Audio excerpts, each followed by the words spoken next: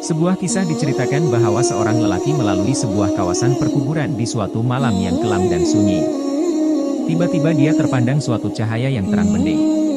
Terang muncul dari sebuah kubur, dan terus menjulang ke langit. Terpegun dan kaku melihat kejadian itu.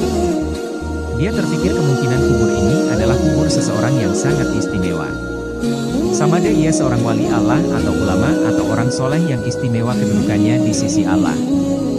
Diambilnya sebatang kayu lalu dipacak di atas kuburan yang bercahaya itu. Keesokan harinya lelaki itu datang lagi ke kawasan perkuburan itu dengan ditemani beberapa orang kampung. Beliau ingin menyelidiki dan ingin mengetahui kubur siapakah yang sangat ajaib itu.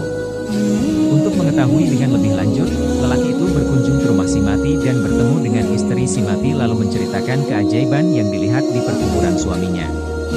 Anehnya istri si mati terkejut dan keheranan. Dia sangat mengenal suaminya. Suaminya bukan siapa-siapa. Suaminya seorang petani biasa saja.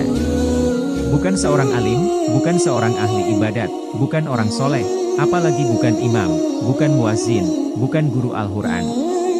Malah suaminya tidak pandai membaca Quran dan dia tidak pernah mendengar suaminya membaca Quran.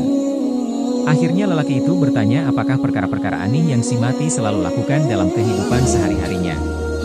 Akhirnya istri si mati teringat suatu perkara yang selalu dilakukan oleh si mati. Setiap kali sebelum tidur pada setiap malam suaminya akan mengambil wudhu, kemudian masuk di dalam suatu bilik lalu diambilnya Al-Quran di atas rak, lalu dicium dan dipeluknya dengan penuh kecintaan dan kasih sayang.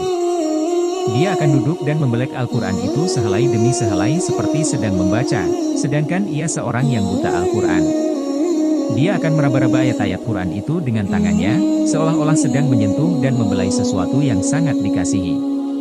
Tambah istri si mati lagi, dia pernah mendengar rintihan dan esakan tangis suaminya yang sangat sedih, mendayu-dayu dengan penuh penyesalan. Tuhanku, ampunkanlah aku karena aku tidak mampu membaca kalimah-kalimahmu ini. Janganlah engkau hukum aku di atas kebodohanku ini ya Allah. Wahai kalam Allah, maafkan kesalahanku. Aku tidak mampu membaca kalimah-kalimahmu. Aku tidak dapat bersahabat dengan MU. Aku tidak dapat memahami MU. Tapi aku sangat mengasihi MU. Aku sangat mencintaimu.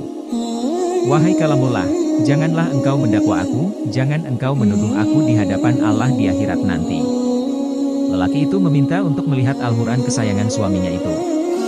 Benar dan sangat mengharukan apabila dia melihat naskah yang mulia itu kelihatan lusuh, helaian-helaiannya kelihatan selalu dibelek berkali-kali. Dan ada bekas-bekas air mata di kertasnya, tanda seseorang sering menangis berjurai air matanya tatkala membuka lembaran yang maha suci ini. Pastinya lelaki ini sangat mulia pribadinya. Hatinya telah bersatu dengan ruh Al-Quran. Dia sangat mengasihi kalimah-kalimah Allah itu dengan sesungguhnya. Berarti ia mengasihi Allah dengan seluruh jiwa dan raganya.